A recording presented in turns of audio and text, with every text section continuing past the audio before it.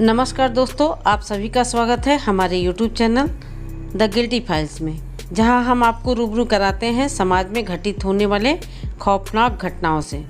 आज का वीडियो हमने 2 पार्ट में बनाया है और इसमें हमने भारत के 10 ऐसे मामलों के बारे में बताया है जो अभी तक अनसुलझे हैं।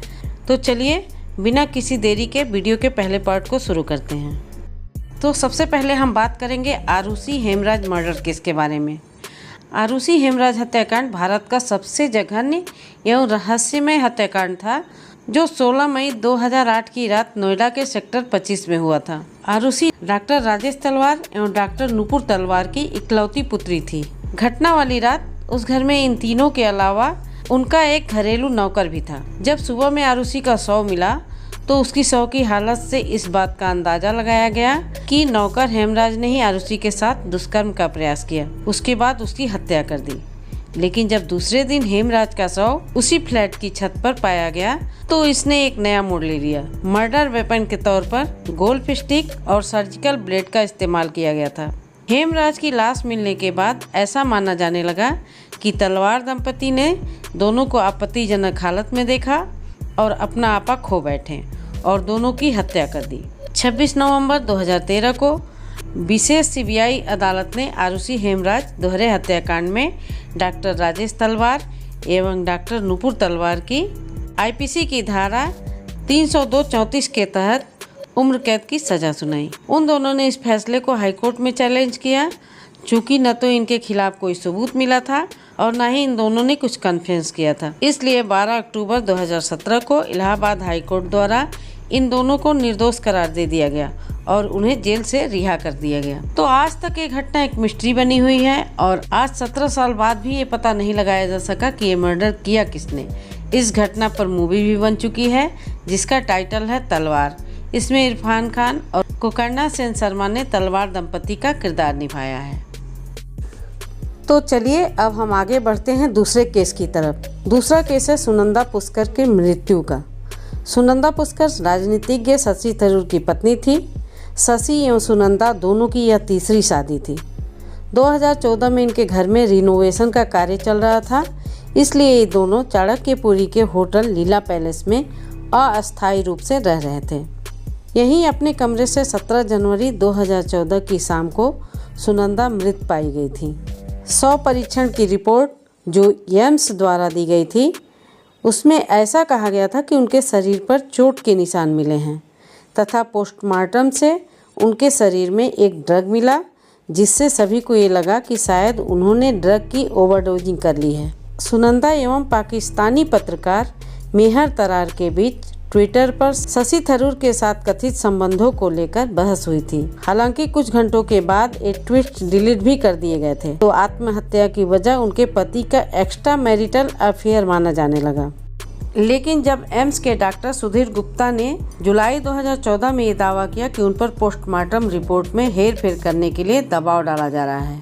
मई 2018 में थरूर पर आईपीसी की धारा 306 और 998 के तहत अपनी पत्नी की हत्या हेतु उकसाने एवं वैवाहिक क्रूरता का आरोप लगाते हुए एक चार्जशीट तैयार की।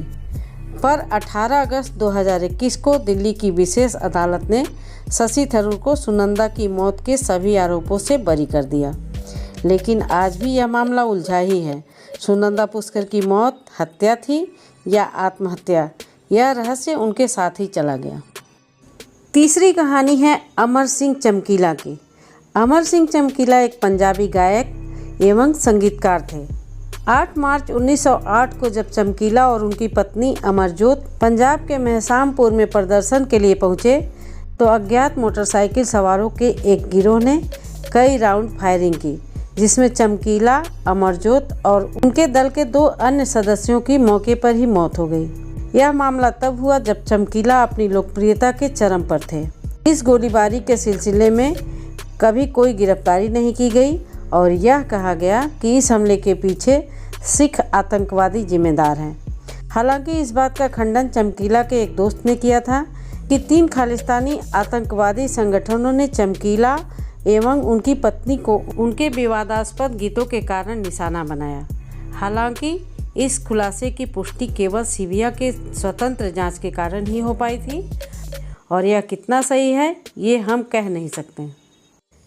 तीसरी कहानी है शीना बोरा मर्डर केस।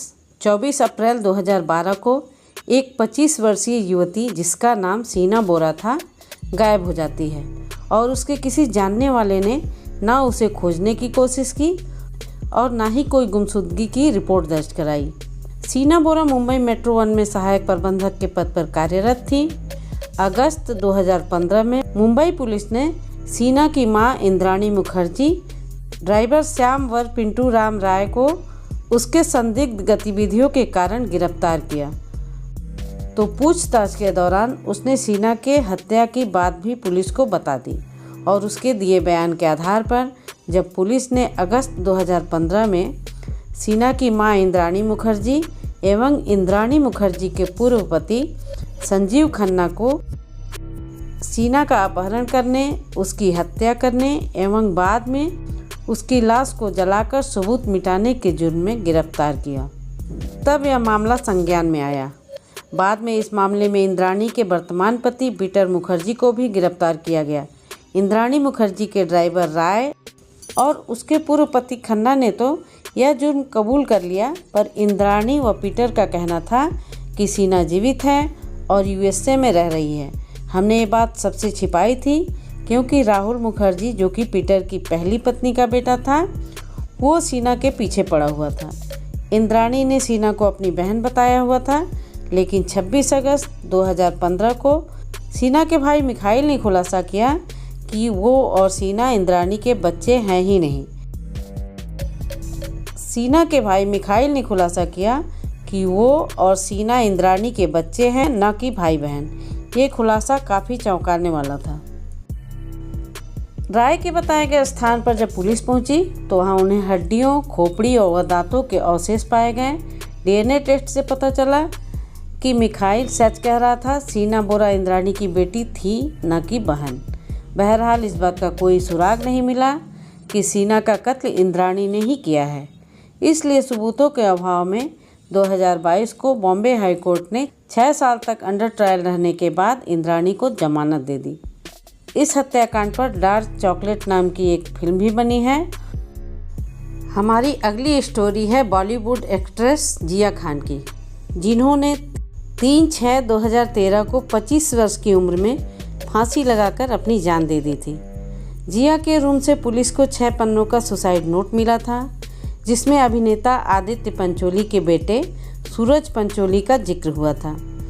इसके बाद पुलिस ने सूरज पंचोली को गिरफ्तार कर लिया। इस सुसाइड नोट्स में जिक्र था कि सूरज हर समय जिया का शारीरिक शोषण एवं उत्पीड़न करता था। उसमें उनके गर्भपात कराने का भी जिक्र था। अक्टूबर 2013 में जिया की मां राबिया ने इस केस की छानबीन को आगे बढ़ाने की सिफारिश की और कहा कि उनकी बेटी की हत्या हुई है। इस केस की काफ़ी छानबीन हुई, लेकिन सूरज के खिलाफ कोई भी ठोस सबूत नहीं मिले जिससे साबित हो सके कि उसने जिया को मारा है या मरने के लिए उकसाया है। इसलिए अप्रैल 2023 में सीबीआई की विशेष अदालत ने सबूतों के अभाव में सूरज पंचोली को बरी कर दिया। आपको बता दें कि जिया खान ने बॉलीवुड में अपने कैरियर की शुरुआत 2007 में राम गोपाल वर्मा द्वारा निर्देशित फिल्म निःशब्द से की थी। इस फिल्म के लिए उन्हें फिल्म फेयर पुरस्कार के लिए नामांकित किया गया था। इसके बाद जिया गजनी और हाउसफुल जैसी बेहतरीन फिल्मों में भी कार्य कर चुकी थी। तो ये 10 अनसुलझे केसों में से 5 केस जिनका रहस्य आज भी रहस्य ही बना हुआ है, इसका पार्ट 2 अगले हफ्ते इसी चैनल पे अपलोड हो जाएगा।